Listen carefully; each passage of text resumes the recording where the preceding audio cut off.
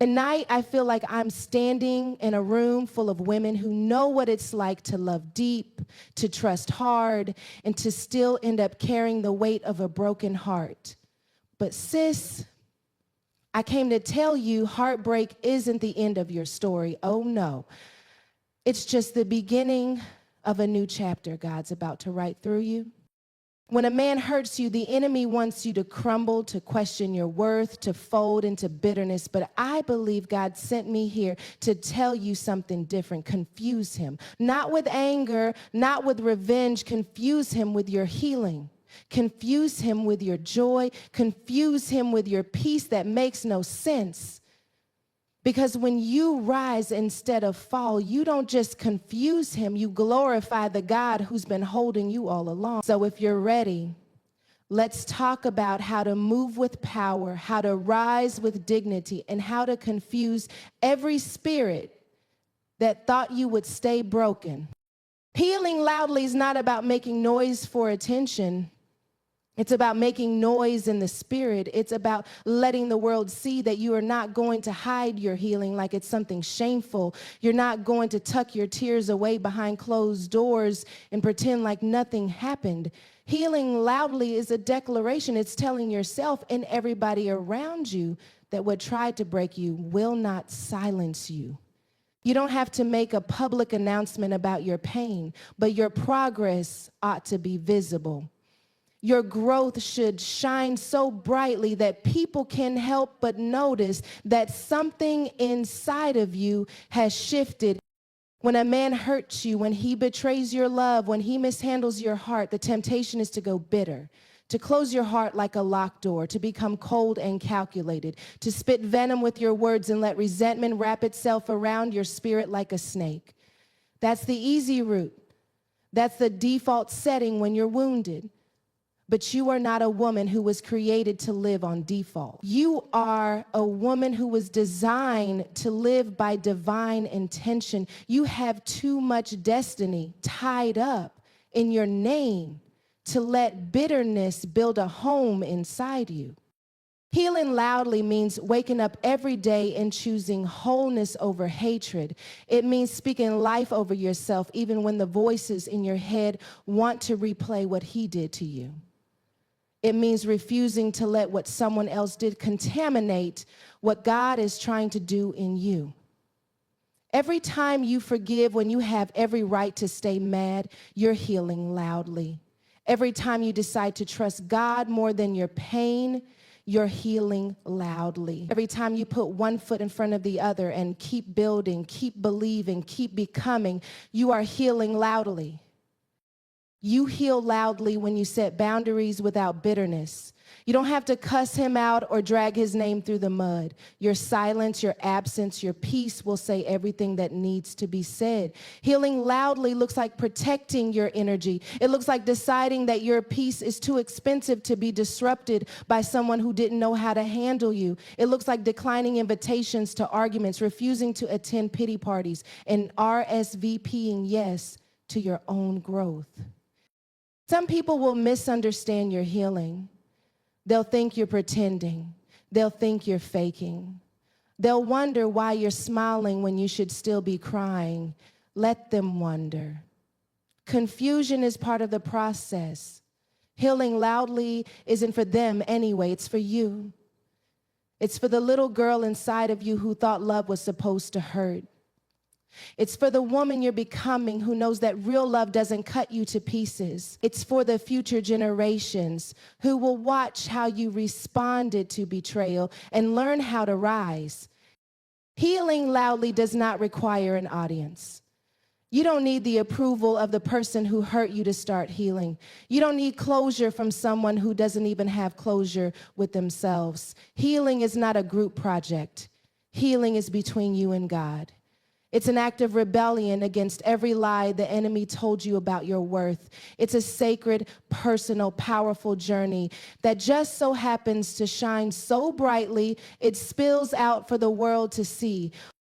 Sometimes healing loudly looks like showing up Showing up when you don't feel like it, showing up when you're still hurting, showing up when the weight is heavy, but you know that you are heavier. Sometimes healing loudly looks like standing in rooms where people knew you when you were broken and letting them see that you're no longer there. It's not about proving a point. It's about embodying the proof that healing is possible. The enemy wanted you to stay stuck. He wanted you to turn your hurt into a habit. He wanted you to repeat the cycles of pain, but healing loudly interrupts the cycle. Healing loudly says, it stops with me. Healing loudly becomes your war cry, your anthem, your banner that you wave over every part of your life that used to be bruised and broken. It says to every spirit of rejection, abandonment, betrayal, and heartbreak, you don't live here anymore. You're not going to shrink to make people comfortable with your healing. You're not going to apologize for moving forward. You're not going to dim your light because it blinds the ones who left you in darkness. Healing loudly gives you permission to take up space again, the space you forgot was yours because of what they did to you. Healing loudly gives you permission to laugh again without guilt, to love again without fear, to hope again without hesitation. You will know you are healing loudly when you stop needing revenge to feel complete. When you stop checking their social media, hoping to see if they're hurting too. When you stop replaying the what ifs and start dreaming about the what's next. Healing loudly is walking away without slamming the door.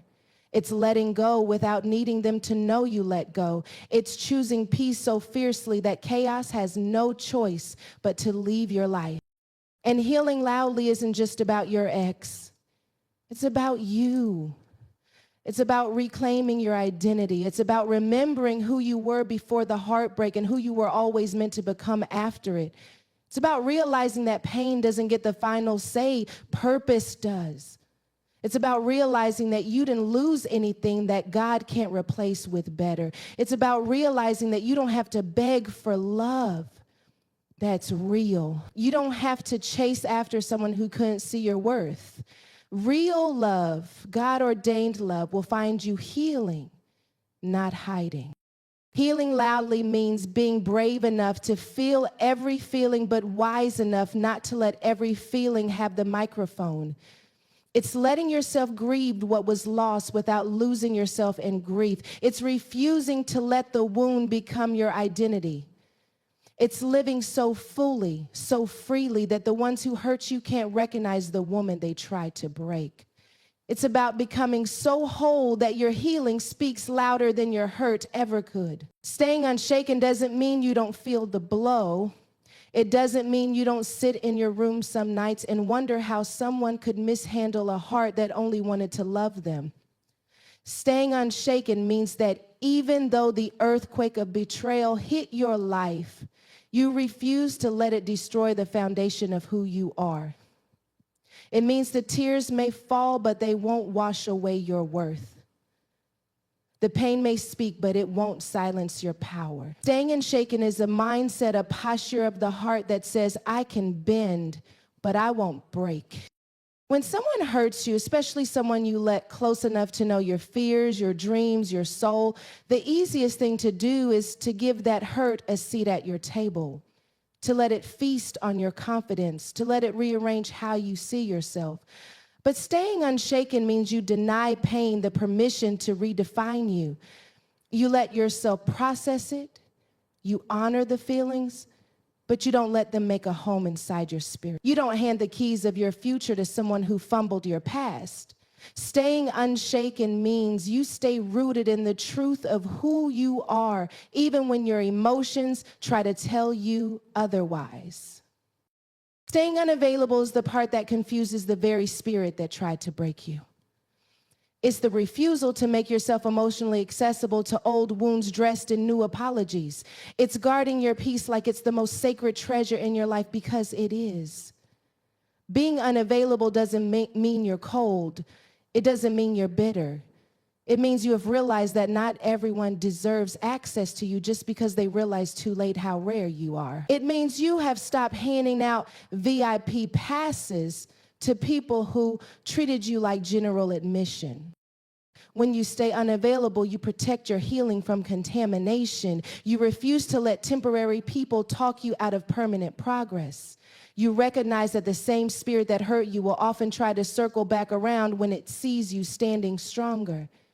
Staying unavailable is a form of spiritual warfare. It's telling the enemy, you had your chance to break me. Now you have to watch me thrive without you. It's letting your no be so strong that it echoes through every opportunity, every relationship, every conversation that doesn't honor your new standard. There's a temptation to prove to the person who hurt you that you're better without them, to post the pictures, to flaunt the glow up, to make them regret losing you. But staying unshaken and unavailable means you realize you don't have anything to prove. You're not healing for their reaction. You're healing for your resurrection. Your worth is not a show you put on for spectators. It's a crown you wear for yourself. Staying unshaken means you move in silence and let your progress speak volumes. Staying unavailable means you refuse to answer the doors that heartbreak once used to enter your life. You confuse the enemy when you don't react the way he expects, when you don't spiral into revenge, when you don't trade your heart for hardness, when you don't start playing games to win a battle that was never yours to fight. You confuse the spirit of rejection when you don't internalize it. You confuse the spirit of abandonment when you don't chase after the one who left. You confuse the spirit of betrayal when you decide to trust again, not immediately with people, but always with God. Staying unshaken, staying unavailable is about recognizing that your spirit is not for sale, not for compromise, not for convenience. You stay unshaken when you realize that your worth didn't drop just because someone failed to recognize it. Your value is not based on external validation. It's rooted in divine affirmation. Staying unshaken means you rise in strength, even while you're still bleeding. It means you understand that healing is not the absence of pain, but the presence of peace in the middle of it. You become a woman who walks through fire and doesn't even smell like smoke. You become a woman whose silence is stronger than the enemy's noise. You become a woman who holds her head high, not because she's pretending, but because she's protecting. Staying unavailable is an act of self-love. It's knowing your spirit is too expensive for cheap conversations. Your dreams are too big for small-minded partnerships. Your destiny is too great to be entangled with anyone who treats you like an option. You stop explaining your standards to people who were never qualified to meet them.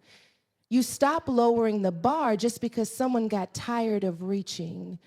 And you stop accepting crumbs and start commanding tables. Unavailability isn't about being hard-hearted, it's about being wholehearted.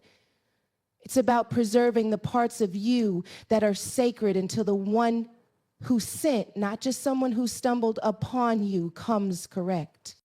The beauty of staying unshaken is that you create an environment where only those who can match your spirit can enter. You are no longer impressed by shallow apologies. You are no longer moved by inconsistent affection. You are no longer deceived by words that are not backed by action. You become a woman who listens with discernment, who loves with wisdom, who moves with strategy. You don't just react anymore, you respond, and sometimes your response is no response at all. You don't chase, you don't beg, you don't plead for closure. You realize that peace is your closure, growth is your closure, new beginnings are your closure. Staying unshaken teaches you that not every departure is a loss. Some exits are actually expansions. Staying unavailable teaches you that not everyone who wants you deserves you. Some people are lessons wrapped in temptation. Some people are distractions wrapped in this. Some people are delays wrapped in familiarity. When you stay unshaken, you stay aligned with your assignment. When you stay unavailable, you stay aligned with your anointing.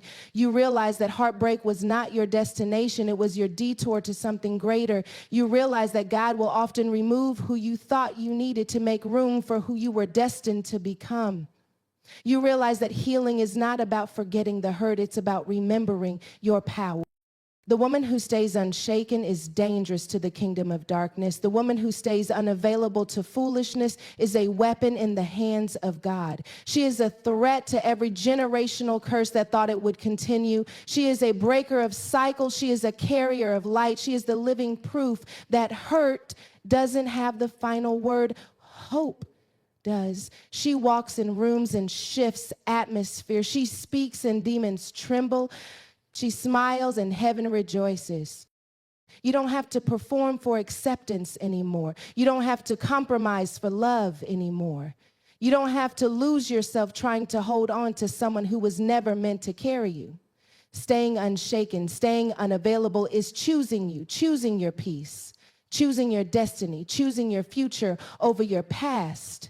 It's realizing that the very thing that tried to destroy you actually delivered you into a deeper level of discernment, strength, and grace. You're not being hard, you're being healed. You're not being cold, you're being called higher. You're not being distant, you're being delivered. Staying unshaken, staying unavailable is about understanding that your life, your love, your light are too precious to be given away to anyone who doesn't know what to do with them. It's about standing so firmly in who you are that the ground around you has no choice but to respect it. There's a beauty in elevation that most people fail to understand. It's not just about growing taller or more successful. It's about growing stronger emotionally, spiritually, and mentally. It's about moving so far beyond the pain that it's almost like the world is in a different dimension, and those who hurt you are still trying to catch up. Elevating so high means you no longer give the same weight to what people say about you or the mistakes they've made with you. You reach a place where your peace, your purpose, and your potential are no longer up for debate. You elevate to a level where apologies from the past don't have to be accepted because your life has already proven that you're worth so much more than what you were once given.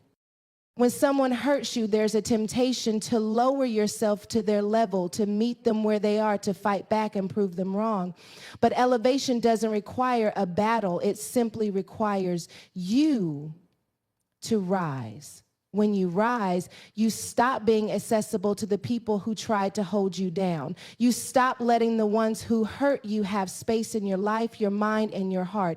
Elevation is not about being arrogant. It's about understanding that the same energy it takes to drag yourself back down into drama and disappointment is the same energy that could push you higher into greatness. You realize that the best way to get over what they did is to get over them. You elevate so high that their apologies, their regrets, their intentions, they had to catch a flight to reach you, and by the time they get there, you've already moved on. Elevation requires a level of focus that many people don't have. You cannot be distracted by the people who once saw you as a stepping stone. You cannot be distracted by those who only want to come back into your life when they see you thriving. You know that elevation is about finding purpose in the pain and using it to fuel your ascent. Every setback becomes a setup for a major comeback. Every door that was closed was just creating space for the right doors to open. Elevation isn't about escaping your past. It's about transcending it. You rise above the insults, the rejections, the betrayals, and the lies. You rise above the lies the enemy told you about your worth. You rise above the need for validation because you've learned that your value was never tied to anyone's opinion of you. When you elevate, you stop chasing after people who can't see your value. You stop begging for the love that's not coming. You stop giving your energy to people who are still stuck in the mindset of what you used to be, not who you've become. You rise because you realize that you were never meant to stay in the place of hurt. You rise because you understand that your story is bigger than any chapter of pain you've lived through. You rise because you refuse to let what broke you define you. Instead, you let it build you. Elevation is not about being a different person. It's about becoming the version of yourself you were always meant to be. It's about shedding the layers of doubt, fear, and insecurity that others tried to plant in you. It's about realizing that your dreams are too big to stay where people can reach you with negativity. Elevation is about expanding into your potential, letting go of what no longer serves you, and embracing the power of who you are becoming. As you elevate, you create distance between your pain and your future, and you make room for the life you deserve to step into. When you elevate, the need to prove yourself diminishes. You don't need to prove that you're worthy of love, respect, or success. You don't need to prove that you are enough. You've already proven that to yourself. You elevate so high that your accomplishments, your growth, and your peace speak for themselves. People start to notice your elevation, not because you're shouting about it, but because they can see it in your actions, your decisions, and the way you carry yourself. They see the way you walk with confidence, not arrogance, because your peace is no longer dependent on anyone else's approval. You have elevated past the need for validation because you realize that your worth is intrinsic. It can't be taken from you by someone else's actions. Elevation isn't always a smooth ride. It requires resilience. It requires getting back up when life knocks you down. It requires patience because sometimes you won't see the results of your efforts right away. But as you rise, you build a strength that cannot be shaken. You develop a fortitude that protects you from falling back into old habits, old patterns, and old cycles. You understand that the road to elevation is not a straight path, but every twist and turn is preparing you for what's ahead. The higher you rise, the more you understand that elevation is not just about where you go, it's about who you become in the process. There are people who will try to pull you down when they see you rising. They will talk about you. They will try to make you feel guilty for leaving them behind. They will question why you've changed, why you don't respond to them the same way. But elevation requires a certain level of detachment. You don't owe them an explanation for your growth. You don't owe them your time, your energy, or your heart if they didn't honor it when they had it. Elevation means recognizing that not everyone is meant to go with you to the next level. Some people's roles in your life are seasonal, and it's okay to let them go when the season shifts. You don't have to apologize for outgrowing people who tried to keep you small. You don't have to shrink to make them feel comfortable with your success. As you elevate, you begin to realize that your journey is not just about you. Your elevation is meant to inspire those around you. It's meant to show others that it's possible to rise no matter how many times you've been knocked down. It's meant to show others that healing is possible, that forgiveness is possible, and that dreams can still come true even when you've been broken. Your elevation becomes a testimony, a beacon of hope for others who may be where you once were. You become proof that it's possible to break free from your past, to forgive what you need to forgive, to heal from the hurts that try to define you, and to rise higher than you ever thought possible. Elevation also gives you perspective. It allows you to see things more clearly. It allows you to see where you've been and appreciate how far you've come. It gives you a deep sense of gratitude for the battles you've fought because you know they shaped you into the person you are today. You see the value in the struggles because they taught you resilience. You see the value in the heartbreak because it taught you self-love. Elevation gives you the wisdom to look back with gratitude, not regret. It teaches you that everything you went through had a purpose, even the painful moments. You elevate so high that the opinions of those who tried to hold you back no longer matter. Their words lose their power over you. Their negativity doesn't affect you anymore. You've risen above the noise, above the drama, above the chaos. You've created a space where peace reigns. When you elevate, you stop letting other people's issues become your problems. You stop letting other people's insecurities affect how you see yourself. Elevation is about standing firm in who you are and never apologizing for it.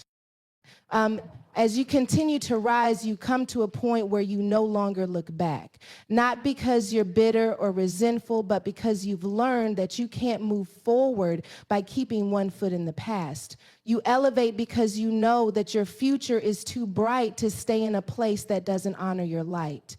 You elevate because you understand that your purpose is too big to stay in places where you're not valued, seen, or appreciated. The beautiful thing about elevation is that it not only transforms your life, but it transforms the lives of those around you. As you rise, you make room for others to rise with you. You create a ripple effect that encourages others to pursue their own greatness. You elevate so high that your life becomes a reflection of what's possible for anyone who dares to believe in themselves. You elevate so high that the past, the pain, and the people who hurt you are nothing but a distant memory, far below you. You rise to a place where nothing can hold you down. You rise to a place where your success, your peace, and your happiness have no limits.